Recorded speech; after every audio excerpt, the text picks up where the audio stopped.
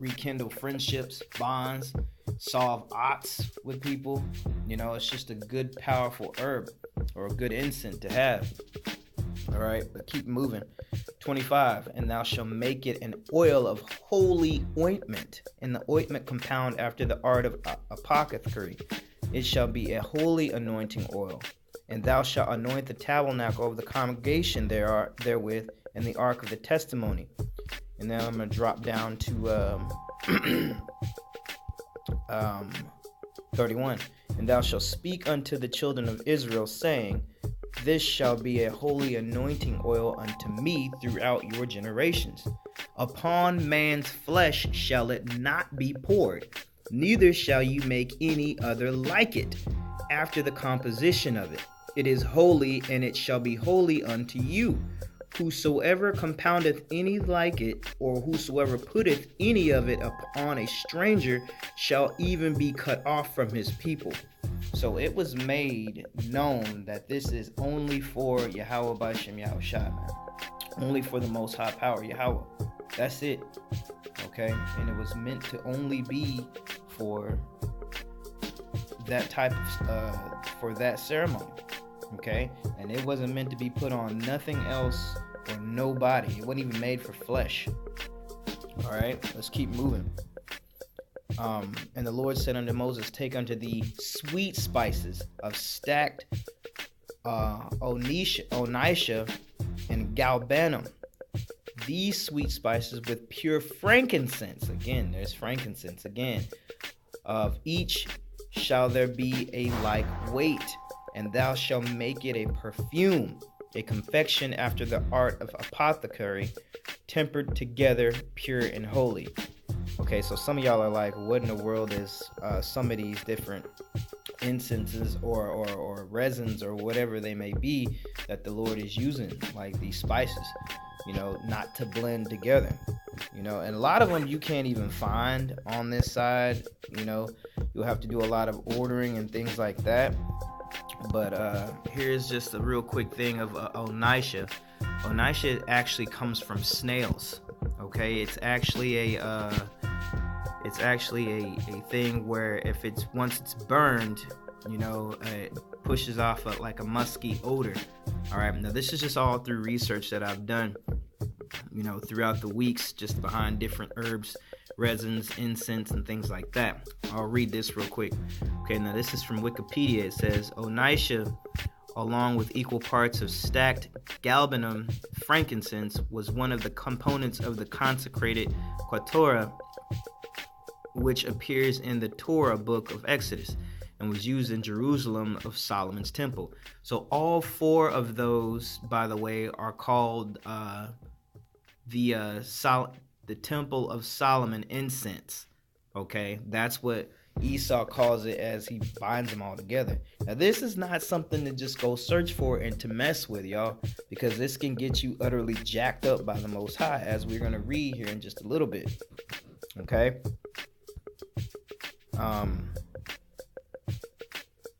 Where am I at? Okay. Yeah, but basically what this is it comes from this type of a snail that is found in like eastern India or southern India, in the lakes of India is where it's actually found. Okay, so just an idea. You can do some more research on it and you can find it later on, and you can actually see why it's called what it's called, or what it's used for, outside of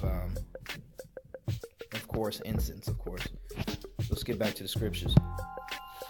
All right, verse 35. And thou shalt make it a perfume, a confection after the art of apothecary, tempered together, pure and holy. And thou shalt beat some of it very small, and put of it before the testimony in the tabernacle of the congregation, where I will meet with thee, and it shall be unto you most holy.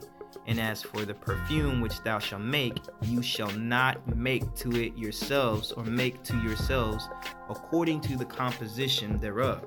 It shall be unto thee holy for the Lord. And that's in the Lord in all caps, meaning only for the Most High. Whosoever shall make like unto that, to smell thereto, shall even be cut off from his own people. that word, that phrase, cut off from his people, basically you're gonna be cast out, man. You're gonna be kicked out. You're gonna that's what's the word? Well, basically cast out. All right, you're gonna be banished. There it is. All right, and so that's just with holy anointing oils. You still have incidents where our people, were doing things to themselves and going and actually burning incense to idols.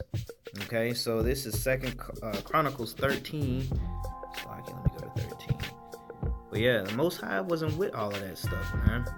He wasn't with it, and when he burned these incense, they were meant to be burned primarily for the worship of Yahweh B'Shem Yahushua. Okay. Let's see, Second Chronicles 13 and 11. There it is. Okay.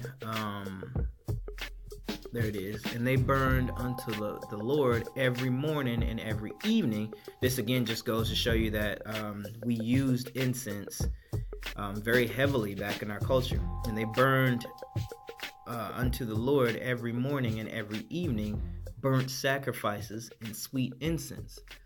The showbread also they set in order upon the pure table, and the candlestick of gold with the lamps thereof to burn every evening. For we kept charge of the Lord our God, but ye have forsaken him. Okay, so then it goes into basically what they were doing there. But then again, there were certain people that the Lord set up to only be able to handle these incense and to deal with these incense, man. Okay, because these incense and the burning of them and the use of them was quite a big deal.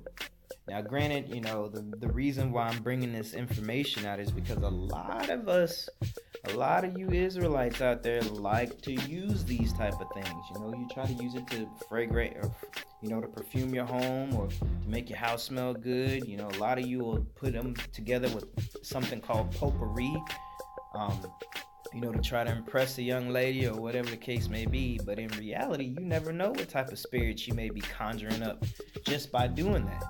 Okay?